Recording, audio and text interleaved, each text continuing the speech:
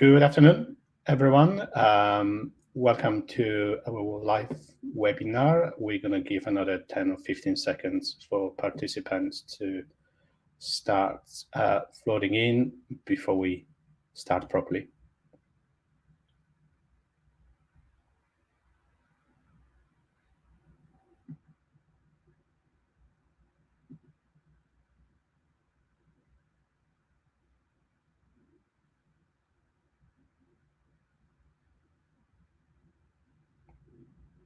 Right, I think there's enough time.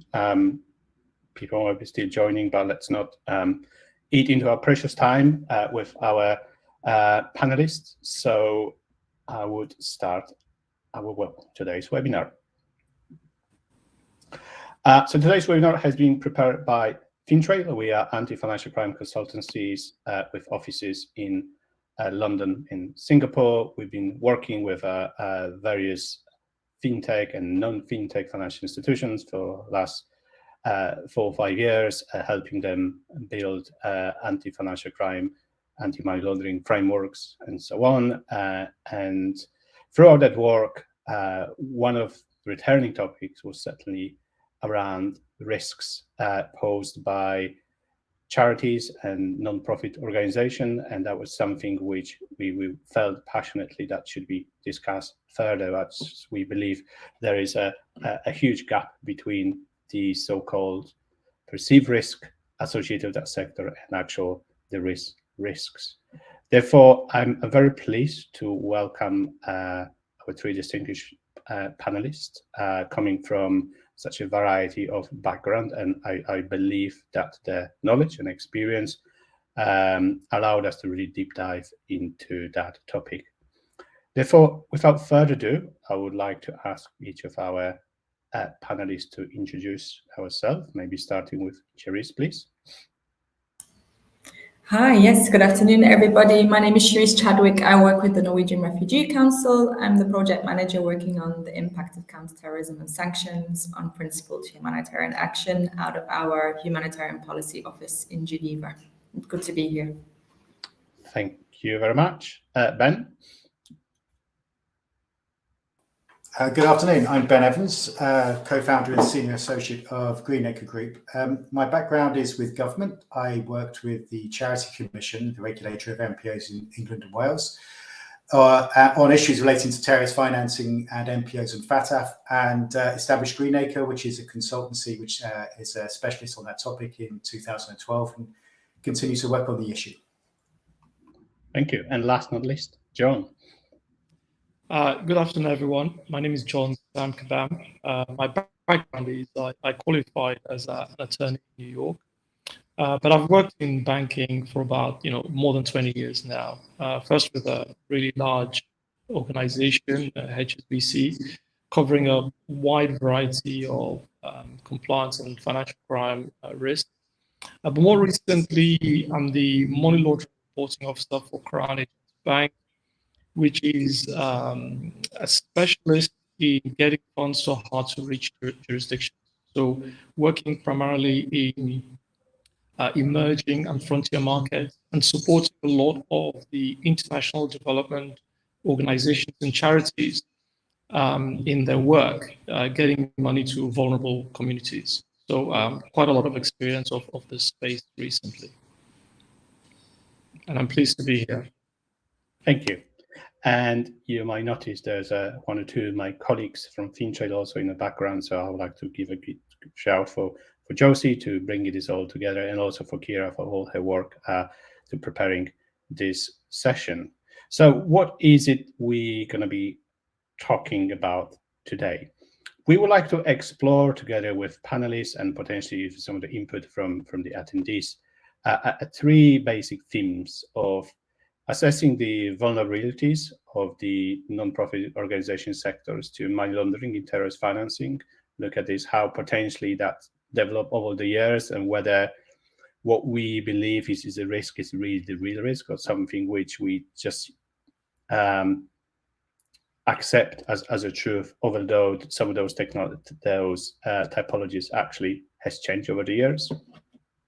We like to review the unintended consequences of regulations, or something which, for those who are following closely with Financial Action Task Force and other regulators, is finally on the agenda, looking at how the previous decisions are actually affecting various sectors and potentially led some of those to the problem of de-risking. And finally, we will look at the managing NPO risk more efficiently and effectively in the financial services. So how financial services can support the sector, but at the same time address the potential risks which this sector might be exposed to. And should we have some time left, we also will be answering some Q&A.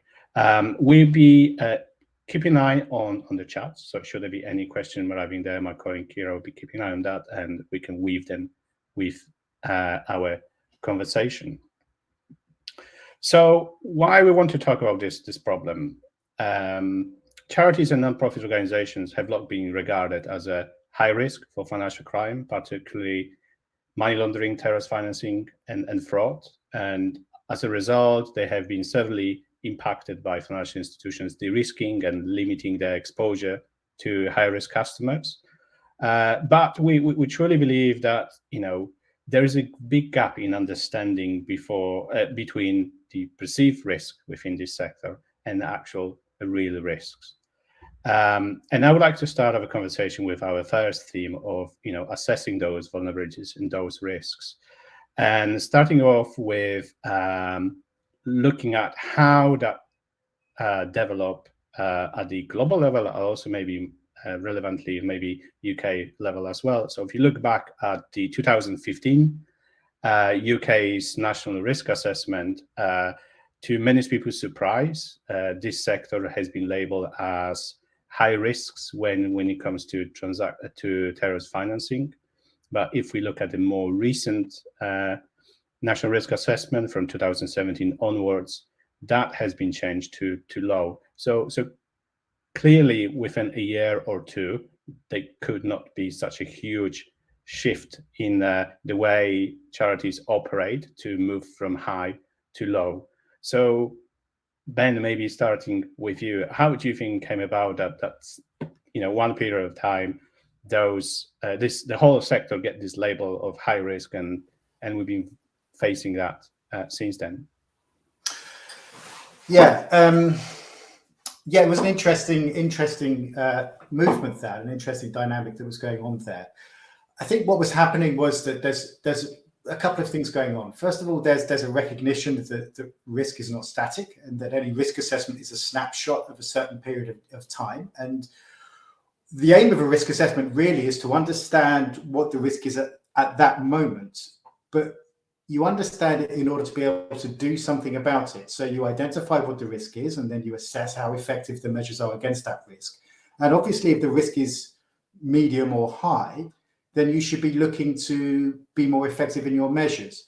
And the assertion that was made by the risk assessment in 2017 was that the measures that had been introduced had actually been effective in reducing the residual risk to the NPO sector in the UK.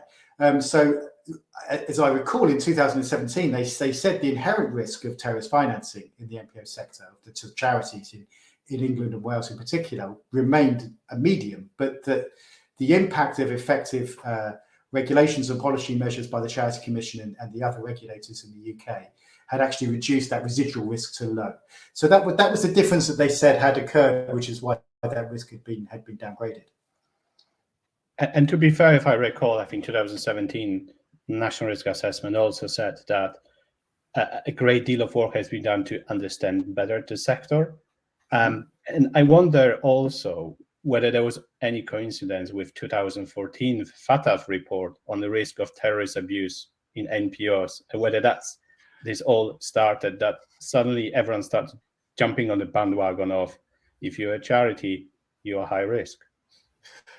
Yeah, well, I mean, I've been involved in this since 2004 in terms of FATF and NPOs, and there has been a consistent shift, I think, in the perception of risk globally, of terrorist financing risk to the MPO sector globally, in the direction of understanding it as being lower risk. And there's a couple of reasons for that. But I recall, one thing you have to remember is that under the old Special Recommendation 8, which was introduced in October 2001, it stated that MPOs were particularly vulnerable to terrorist financing. And I think that was based on an understanding of certainly there were cases with Irish terrorism and also with Islamic terrorism in Afghanistan of charities sometimes being used as means of funding that in both Afghanistan and Northern Ireland. But the statement that was made in October 2001 was not, as far as I could tell, backed up by any evidence. And for 10 years, it was just accepted as being the truth. But the typologies report was an attempt to actually say, well, where's the evidence?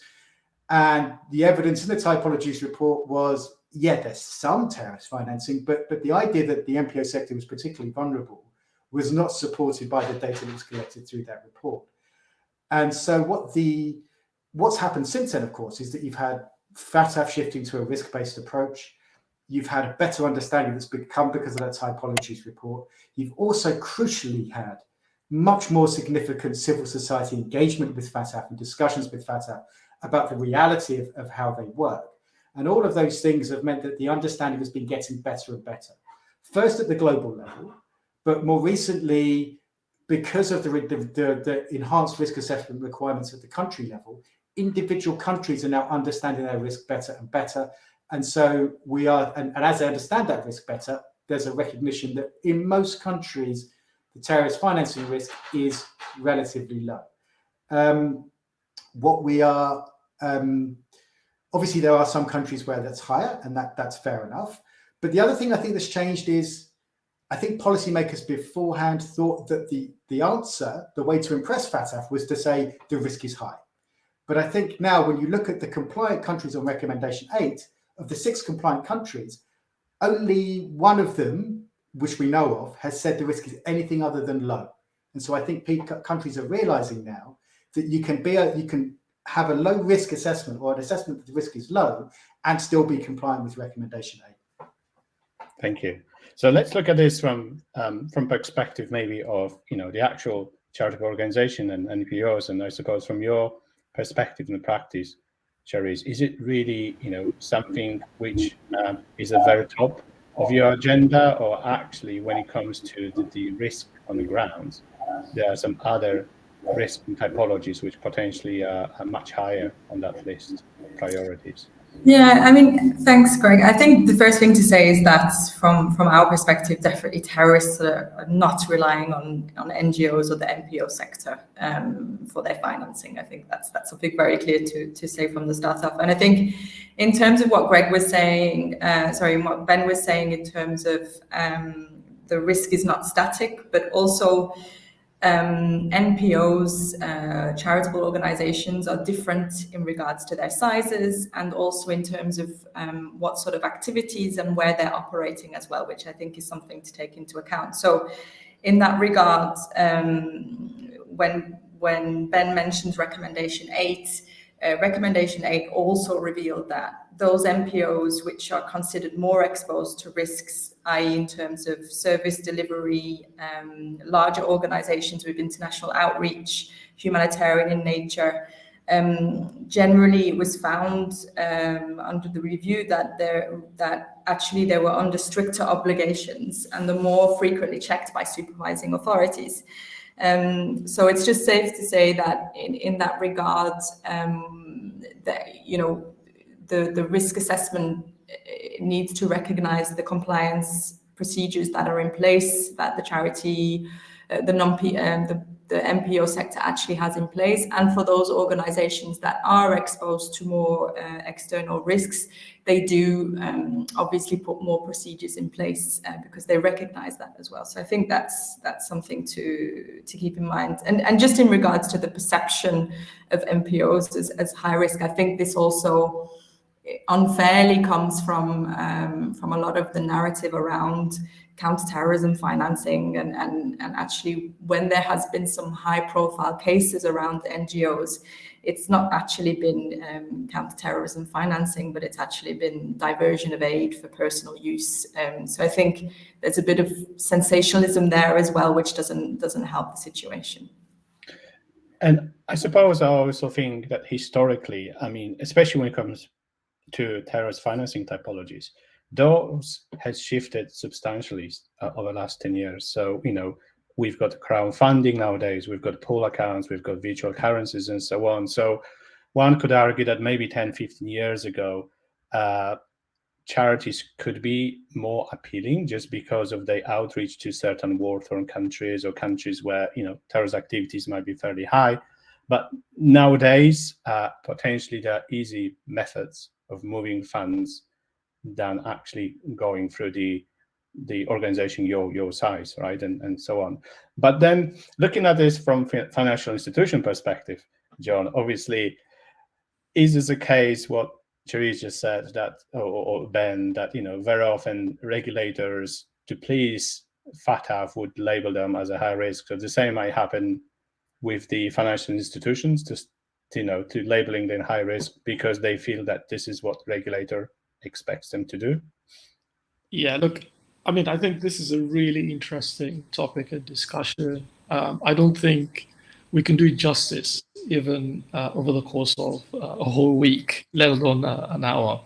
There's so many things that have been said both by Ben and Charities, which I'll just cherry pick a number of things, and then I'll talk a little bit about where the rubber hits the road, when a bank is doing its assessment. So first of all, Charities, you talk about terrorists and the extent to which terrorists might be financed through an international development organization. The challenge is, from a regulatory perspective, even the definition of terrorist isn't really set in stone. People doing the same type of activity in one part of the world are labeled terrorists. In another part of the world, they're not labeled terrorists. People who in some parts of the world are providing what we considered aid and development might be called a terrorist organization, whereas in other parts of the world, they're seen as freedom fighters. So that's a challenge that obviously the banks have to look at dealing with. And then if you look at the AMLDs, the way they've evolved over the years, first of all, it's all about money laundering, and that's the focus. And then the next thing is it's all about terrorist financing post 9/11, and then it's tax. And today it's more about sanctions. It's more about PEPs and all these oligarchs. And so the banks have to think about ways in which they assess the risk and manage the risk. So looking at the ideal community that we do business with, already we limit ourselves to the largest IDOs. So we don't deal with the small charities that only have a budget of 10 or 20,000 pounds. We deal with the larger ones. The larger ones tend to have certain types of critical exposure due to cross-border activity, exposure due to the types of markets in which they're providing aid and services.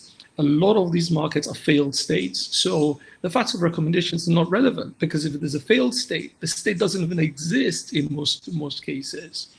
There's a lot of insecurity. And sometimes even the IDOs we do business with don't have people on the ground. So they have to rely on local partners. And so the question is, who are these local partners? What are the relationships that these local partners may have with non-state actors?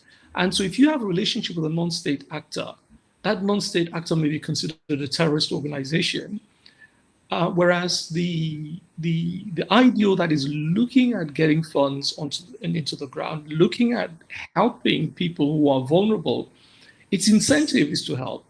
And sometimes it doesn't recognize that whilst it is providing help, there may be a perception that there is a breach of sanctions legislation, there is a breach of terrorist financing legislation, and so on. And so from a bank's perspective, the inherent risk of that type of activity is always going to be high.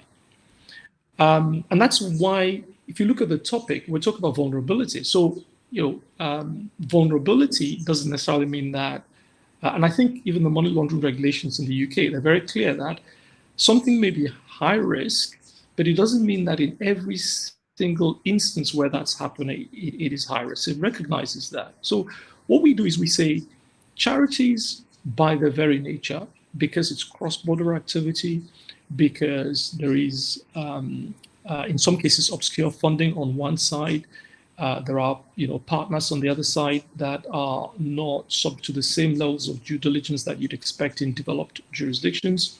We tend to be operating in failed states where there are sanctions regimes in place. We consider them to be high risk inherently. But of course, we then work with them in terms of the amount of policy, process, controls, vetting that needs to be carried out prior to onboarding them, and then obviously complying again with the money laundering regulations, which requires ongoing monitoring and assessment. We work with the charities on an ongoing basis so that where the vulnerabilities arise, we look for ways to mitigate them. And so I think the way to think about this is it is inherently high because of the various factors that I've provided. But there are ways in which, with the right banking partners, with the right investment in people, training, process, you can mitigate that risk and end up with a win-win, a win for the bank, a win for the charity, and then, of course, for the communities that charities are obviously set up to support. Thank you. It looks like, I don't know, Ben, whether you want to add something. I know this is your... Yeah. No, thanks, Greg. And I think, John sets out the perspective from the financial institutions, and many of the things he's speaking about in terms of developing those relationships with his MPO clients and understanding what they're doing and what their needs are and working with them to try and mitigate their own risks are all best practices which we'd like to see much more of within the financial sector.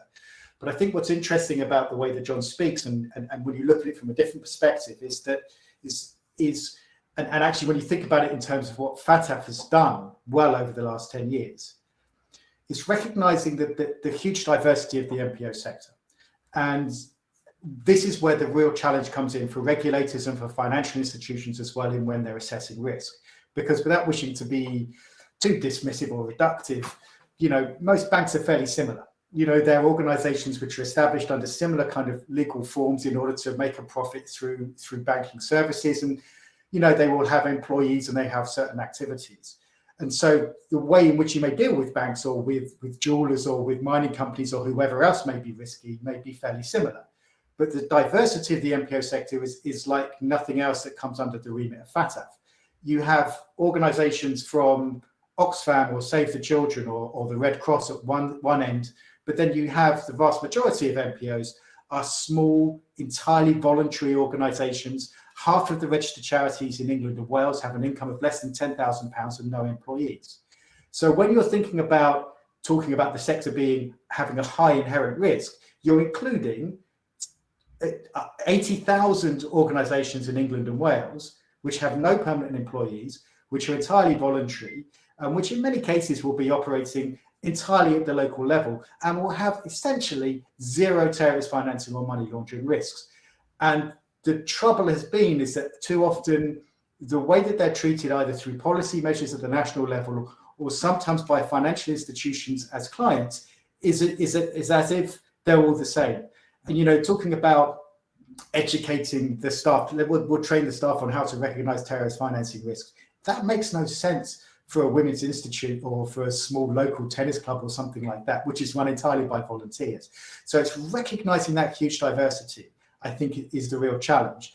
But I have to say, I don't think at the regulatory level, there's enough support or guidance for financial institutions or for MPOs themselves on how to do this. There's a lack of regulatory comfort, which makes it a real challenge, I think, when it comes to actually dealing with this in practice in terms of managing those risks. Thank you. So certainly,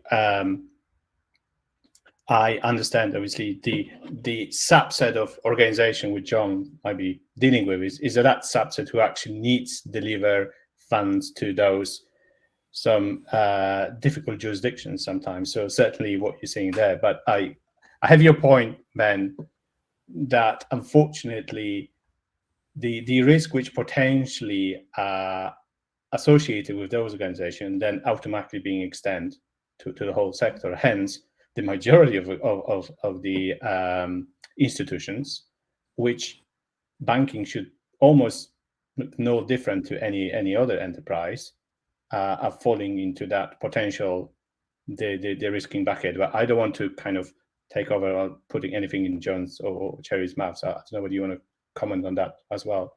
Yeah, so I guess that's very true. What Ben is saying about the segmentation, if you like, and I guess the challenge is the banking is similar in the sense that you have different types of banks that focus on different types of client base and have different types of business strategy. So if you look at HSBC, for whom I worked for many years, there's a tendency to exit the charity sector because it's high risk. And you look at Crown Agents Bank, the bank I work for today, they have a great appetite for the charity sector. But that's because Crown Agents Bank offers effectively bespoke services to these niche charities.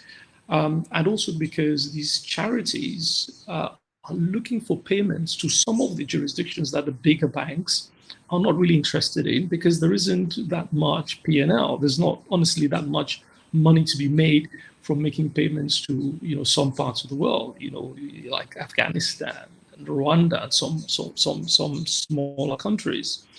But what Crown Agents Bank does is it specializes in those areas. And because we specialize in them, we understand the market better. We understand the risks.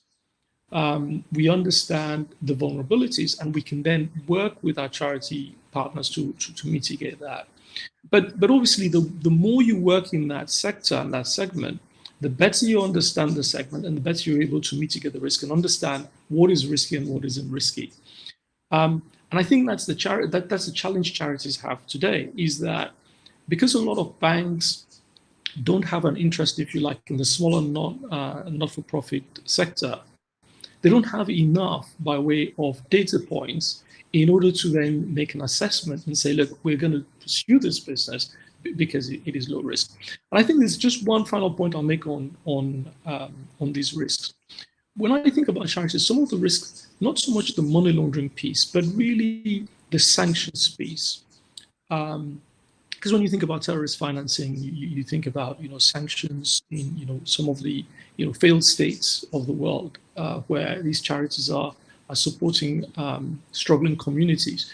Those are the main risks, and those risks tend to be risks which are, in essence, if you get it wrong, there is no excuse. There's absolutely no excuse for making a payment to such an individual, for instance.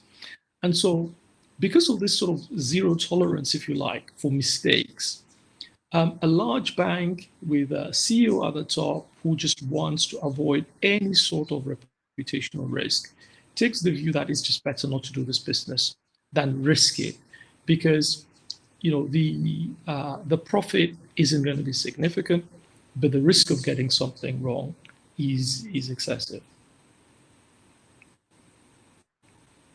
Thank you. And I know when we had a preparation call and we're talking about managing these banking relationship and so on, you said, Charities, that you're being seen by your banking partner as a low risk organization. So how do you go about as a charitable organization to be labeled as a low risk by your banking partner? I think it's just in regards to the fact that there is the long-standing relationship there that you have with your bank, and your bank also knows your compliance systems that you have in place, and also the fact that we have quite a lot of grants from European finance mechanisms as well, which also have very strict procedures in place in regards to counterterrorism financing policies and strategies. compliance systems that we absolutely need to have in place before we can receive funds or grants from, for instance, the European Union. We have to have all of these things in place and have and go through this sort of approval system with them before we can have grants. So I think that definitely helps, but I think the problem is, even when you have that strong relationship with your primary bank, the problem then tends to be when we talk about intermediary banks. So if we're sending a payment, for instance, to Syria, it's not directly from a bank in Oslo directly to Syria. It goes through an intermediary bank that we don't necessarily have that relationship with as an NGO, but also our bank itself doesn't necessarily have that relationship with the intermediary bank as well. And there's a limit on what sort of information can be sent with that transaction in regards to, you know, outlining all of the compliance systems that are in place. The fact that these transfers have been made in the past successfully with no problems. So I think the intermediary banking system definitely is something that is continuing to cause problems for us in terms of transferring money to areas such as Syria and Iran in particular at the moment. Thank you. So we touched on... Can I just say a few Go things? ahead. I mean, for most bankers, when you talk about Syria or Iran, they run away. Yeah, they run away. And that's the challenge. So, you know, Ben, you say, you know, the not-for-profit sector is not high risk. But I can tell you that the minute a client tells any banker that they may be making payments to some of the jurisdictions that are subject to the most comprehensive sanctions ever, the banker thinks, well, hold on a second, what is going on here, right? I may lose my license. This is not the sort of business I want to do. But obviously, for banks that specialize in some of those jurisdictions, hire people who understand the sanctions regulations and go through the detail of working out, you know, what is approved, what isn't approved, where general licenses apply, how you can use general license. And usually, if you think about OFAC, certainly they've got quite a lot of licenses to support humanitarian payments to, you know, places like Afghanistan, for instance. So there are many banks that would just not process any payment into Afghanistan.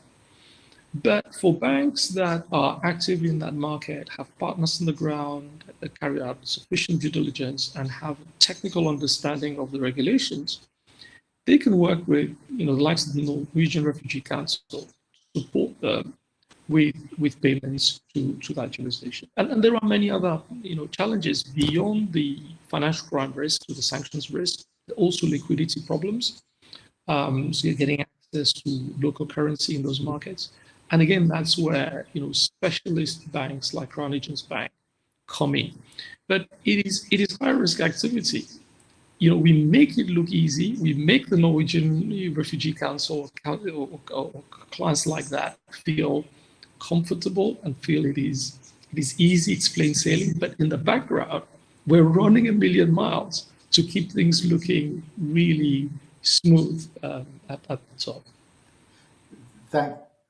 Sorry, John. I mean, let's be clear here. 93% of MPOs are probably very low risk, but any MPO that's operating in Syria should quite rightly be treated as high risk. I'm not saying that's low risk at all. Obviously, there's a small number of MPOs that are engaged in activities which are high risk, operating in Syria or Afghanistan being amongst them. But I think it's also worth, just for the record, pointing out that in fact a lot of these risks can be entirely domestic as well. But my larger point is that for the majority, I think the great majority of MPOs, the risk is not so high.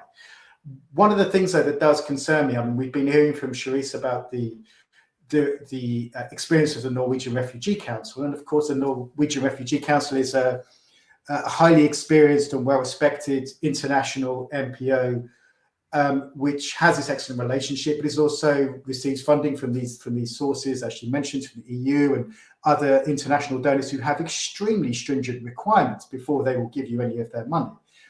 One of the things that concerns me is that we could end up though with a system where only the kind of established blue chips MPOs are able to operate in these difficult circumstances. And I've been in meetings previously where I've had financial bankers and I've had government officials explicitly say the solution here is to ban small MPOs from these kinds of risky activities, effectively creating a whitelist almost, an official, in some cases they suggested an official whitelist, in other cases a de facto whitelist of MPOs that are allowed to operate in these riskiest jurisdictions or in these riskier circumstances. And I think that's a really dangerous outcome. That's something that could potentially come out of this intentionally or unintentionally, and something that we need to be conscious of and make sure we avoid. And I do think, I mean, I keep going back to this, I think the root of the problem lies with the regulations and with the regulators. I think they need to provide more comfort, but we also need brave bankers, brave financial institutions, which are prepared to take a bit of a risk sometimes on some of these MPOs because they believe in what they're doing. And if they don't do it, that effectively prevents them from operating at all.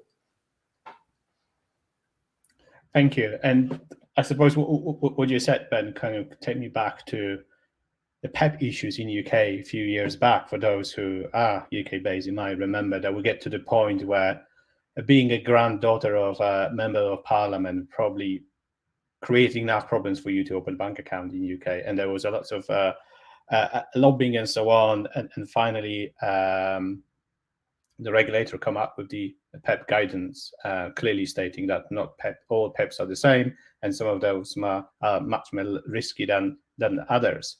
So, although to be fair to FATF, actually in the paper on combating of the abuse of NPOs, there is a sentence clearly stating that not all NPOs are high risk, and some might represent little or no risk, but it doesn't feel like this is the sentence which everyone remembers from FATF report. Is it the one about NPOs and terrorist financing, right? Which is a much older than this one, but we still kind of stick to our minds. But I would like to continue that conversation about the risks and gap in understanding those. So I think looks like we're in agreement that there's a big difference between the organization operating internationally, especially if they interact with some jurisdictions where there could be, high level of terrorist activity or war and so on. But we're also in agreement that majority of the codes, they're quite domestic organization operating even locally very often, right? So if we were to look at this subset, which is much bigger than the one actually operating globally, what would be, so if we put aside terrorist financing, what would be the other risk which those organizations might be associated with, and how financial institution can address that? I don't anyone want to give a go. So you put yourself on mute, John. Apologies. Yeah, I'll take this one, but I'll start with a counterintuitive point, which is we tend not to have the smaller local charities, but just a point on banking process, which is, I think, relevant and interesting. If you think about how most banks operate, they profile customers very quickly and classify them before they've even done the due diligence. So, any cash-intensive business is high risk before you actually do the detailed due diligence of that cash-intensive business. Any charity is high risk before you even do the profiling process, which is counterintuitive, and it's something that we need to really think about, whether clients should be risk classified based on the segment of the client, or risk classified after the due diligence is done and there's a residual view on that profile. Which means that even for the local charity, which isn't really doing any cross-border activity, isn't subject to potential sanctions breaches and that sort of thing, it is likely they'll be classified as high-risk customers. And if you think about the risk-based approach to money laundering, high-risk customers require more due diligence, high-risk customers require more surveillance. It just becomes a more expensive customer to have on your books. So that's something to think about. And I think the final point about these customer types is that there's also a risk of having a lack of understanding of your client base. One of the key risk mitigants for most banks is knowing and understanding your customer. Beyond the paperwork, it's you understand the customer, you meet them regularly, you have a conversation with them. Like the Norwegian Refugee Council, because they're big, you can take the time to understand them, to know what payments they make, where the payments come from, where the payments go, and so on. But with the 80,000 odd small charities that are retail type organizations, there just isn't an incentive for banks to spend time really truly understanding them. And I think that's definitely going to be a problem in terms of managing that group. Thanks, John. Can I just offer, from my days formerly as a regulator, you ask about what the risks are to domestic MPOs particularly, but I think we could talk generally across the board. Terrorist financing crimes involving MPOs have occurred in England. There have been a handful even of money laundering crimes, but by far and away, outranking everything else completely, is simple fraud. It's people stealing money from the organizations. It's easily the biggest financial crime risk that every MPO in the country faces. And I would say even the Norwegian Refugee Council, which operates in Syria, probably faces a bigger risk from fraud than it does from anything else, because that is basically what you see. That's the bread and butter. And that's really what most MPOs should really be concerned about, rather than these bigger, more glamorous and high profile crimes like terrorist financing or money laundering. Yeah, you're right. Obviously, you do know the stats because that's where you previously worked for, but exactly this is when we did our research. The company, the Charity Commission essentially highlighted that 2/3 of the cases they are investigating, they're going back to the insider fraud. And why it's happening, I suppose, the lack of robust control and challenge within the small organization, the over-reliance on the volunteers and the very obviously high turnover of those individuals which join, do something, and then go. I suppose also for small organization, maybe the issue of some dominant individuals, so some of the trustees, which on one hand might be doing a brilliant work of motivating people, getting one together, but let's face it, from time to time, they will also come across individuals who are really taking advantage of that situation, right, and using that organization for their own private purposes. For sure. I think, and this is not an English thing, you see it around the world. One of the big risk factors is when you have a very dominant chief executive who has been in post for a long time. That can be a risk factor within an organization. There is a risk factor when an MPO moves from being a small MPO to a medium-sized MPO.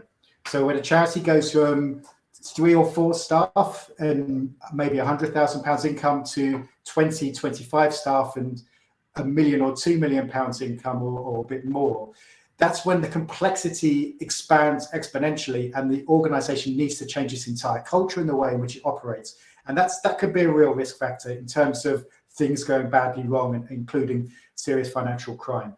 In terms of, and here's a little tip, I had a very wise mentor back in my days at the Charity Commission. In terms of deliberate, when you have sham MPOs being set up, sham charities set up deliberately to create fraud, a nice little tip is those with very vague names. My old boss used to get the charity files and used to go, without even opening them up, go, fine, dodgy, just by looking at the name. If you've got a charity that's called the Norwegian Refugee Council, we know that it's a charity in Norway that deals with refugees. And if it starts doing something else, it stands out. If you have a charity called the Rainbow Trust, no one has a clue from its name what it's supposed to do.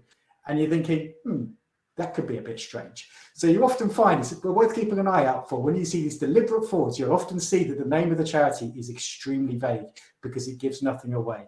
So there are kind of things like that you can use to help get a sense of where the risk is. But the really useful ones, like I say, charities going from small to medium often have big problems.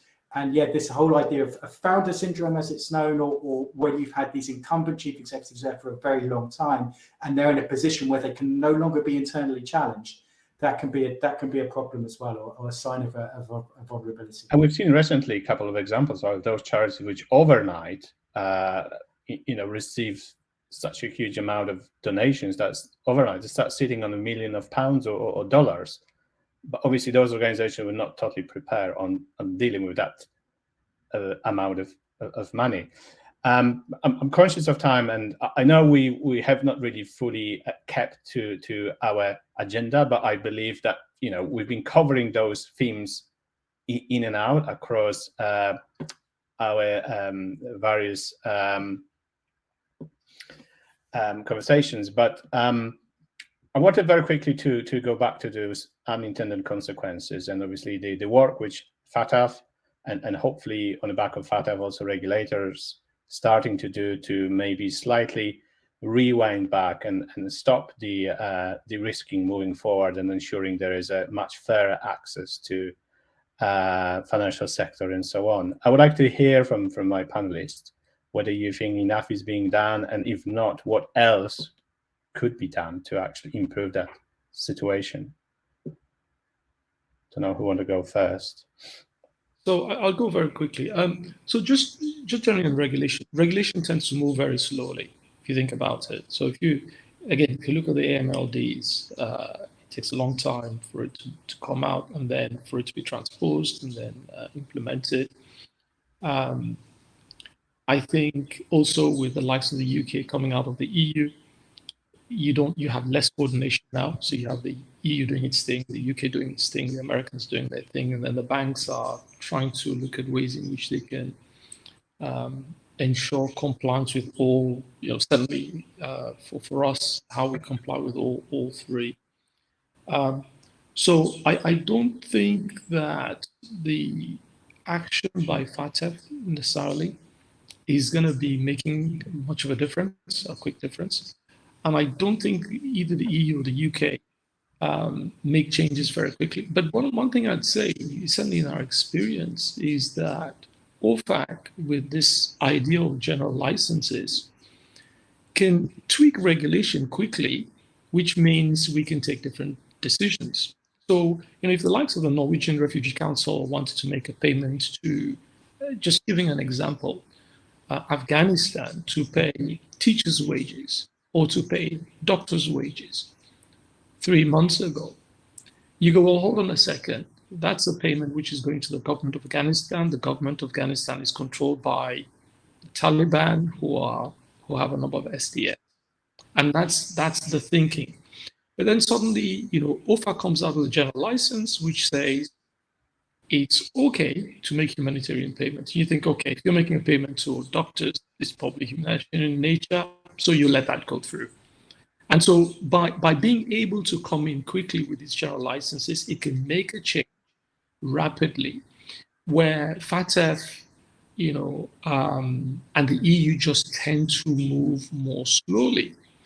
And again, sticking with that example, you then go, okay, doctors are the work that doctors do tend to be, humanitarian. What about teachers? What about civil servants?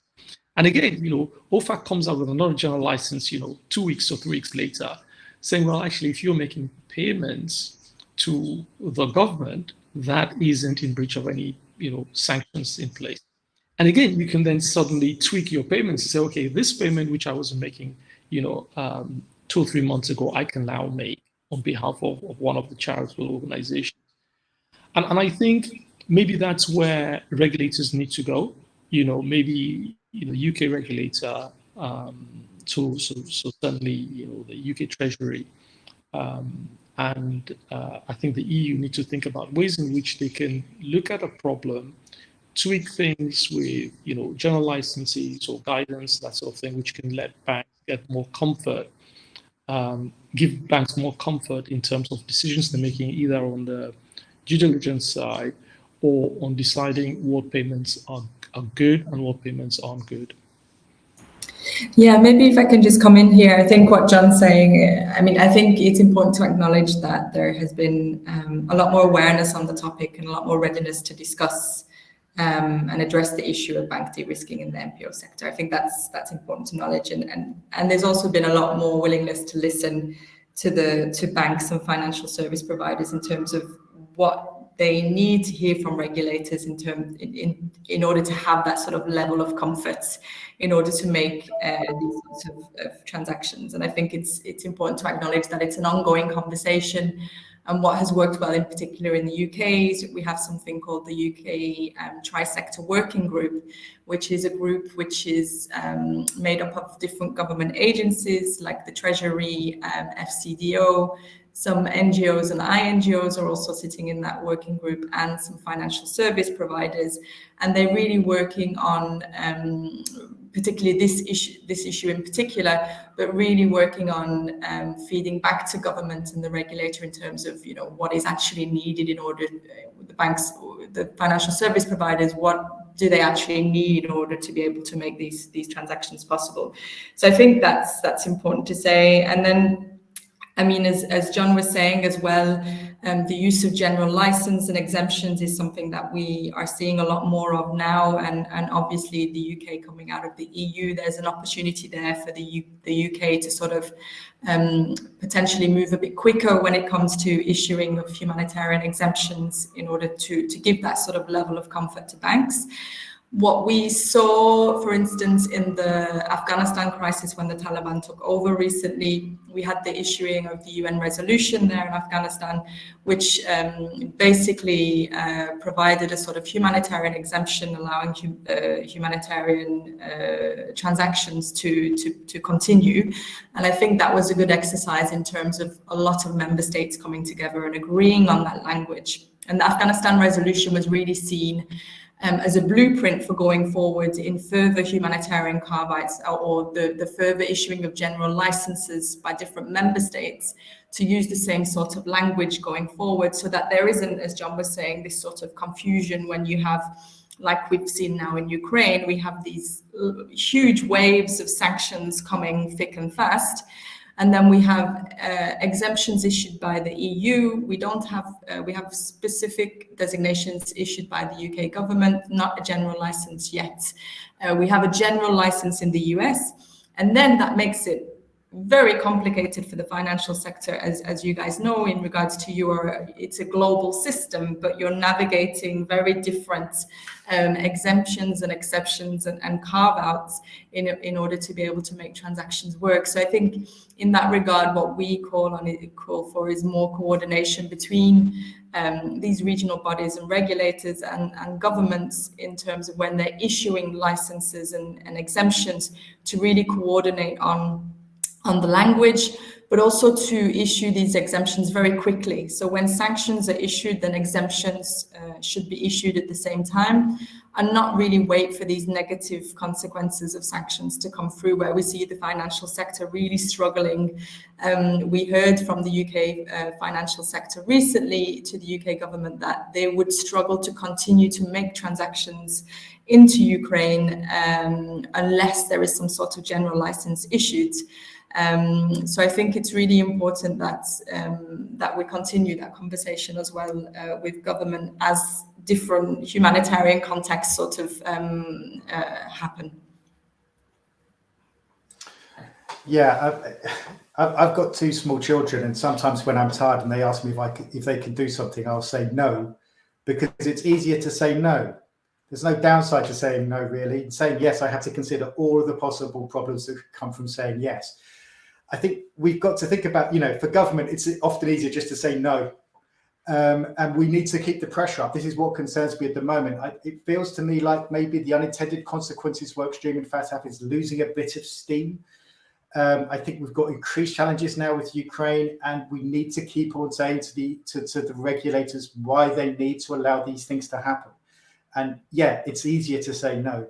I think one thing that could help perhaps is if the, we've had the statements have been made, we've been talking about the financial institutions pointing out to the government what they need and civil society doing it. If they can make their cases together, say, look, here we are together coming to you and saying, this is how this can work better for us. This is what we need from you so that we can do what we want to do. The financial institutions want to help their clients, and they want to move money, but the NPOs want to get to those places where the assistance is needed. So please let us do that, and let's try and find some way together of doing that.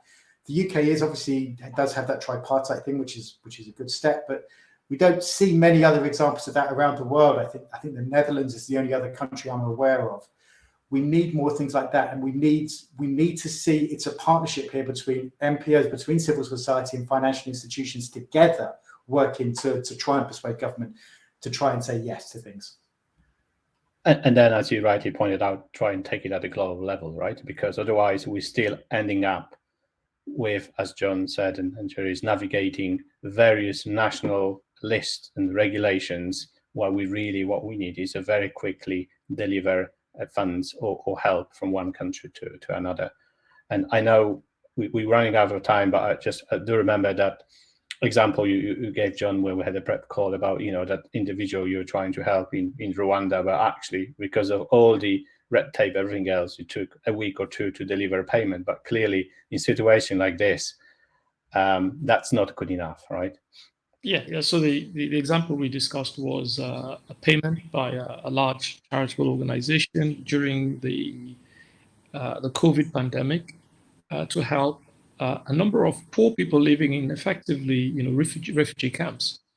And every single one of those payments were each small payments, about $30 each per family. But every single one of those payments had to go through the transaction screening solution. And that you wonder sometimes whether the transaction screening requirements were designed for that, because the chances of a sanctioned individual living in a refugee camp and relying on $30 for his family is very, very low. But our risk appetite and the bank process requires every single payment, bar none, to be screened for sanctions before it goes out. Even if it's $1 you're making as a payment, you have to do that.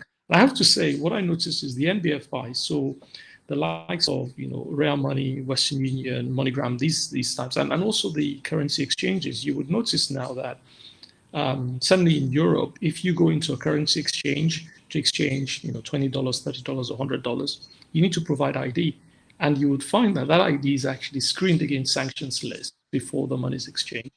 And that's the result of regulation. Thank you. I've been looking at the question posed online, and there was one actually again to you, John. Apologies. We were talking about the good practice in managing NPOs on your books and so on, but the question was around whether you might be comfortable with your customers. Similar, like Sherry said, her bank is comfortable with her, but obviously you're not the only one who is in the chain when the payment is made. So it's a question whether your correspondent banking relationships and so on suffer sometimes because of the service you provide to your customers. So yes and no. We obviously have very precise correspondent banking relationships because of that. We have a quarterly call with each of our correspondent banking partners. So it's what we call our clearers. So dollar clearer, our sterling, euro clearers, and clearers for the Chinese renminbi and AED and the likes. We have regular calls with them, so they understand our business model, they understand our client base. We tell them what we plan to do in advance before it happens. So Afghanistan is a good example where even before the Taliban took over, we started having discussions with our clearers about our activities and the steps we were taking, so that you don't get to a point where they're asking you a question, you're telling them what you're doing in advance of it. So we've not really had any problems. Actually, our sense is that our knowledge of the risk in these countries, the complexities of those countries and the regulatory requirements tends to be actually a step up compared to our clearers, because our clearers tend to be the bigger banks doing volume, and so they're not bespoke. And so we tend to be the ones telling them what we're doing and why we're doing it, and they get comfortable. So it's not really a problem. Thank you. And with that, looks like we have run out of our 60 minutes.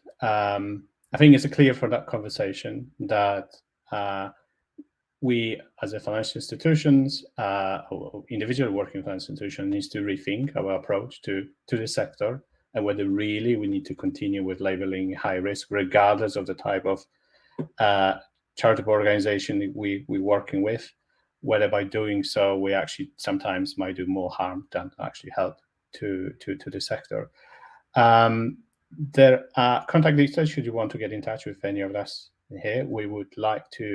I would like to thank you, really, our panelists, for taking time to talking to us and share the knowledge and experience.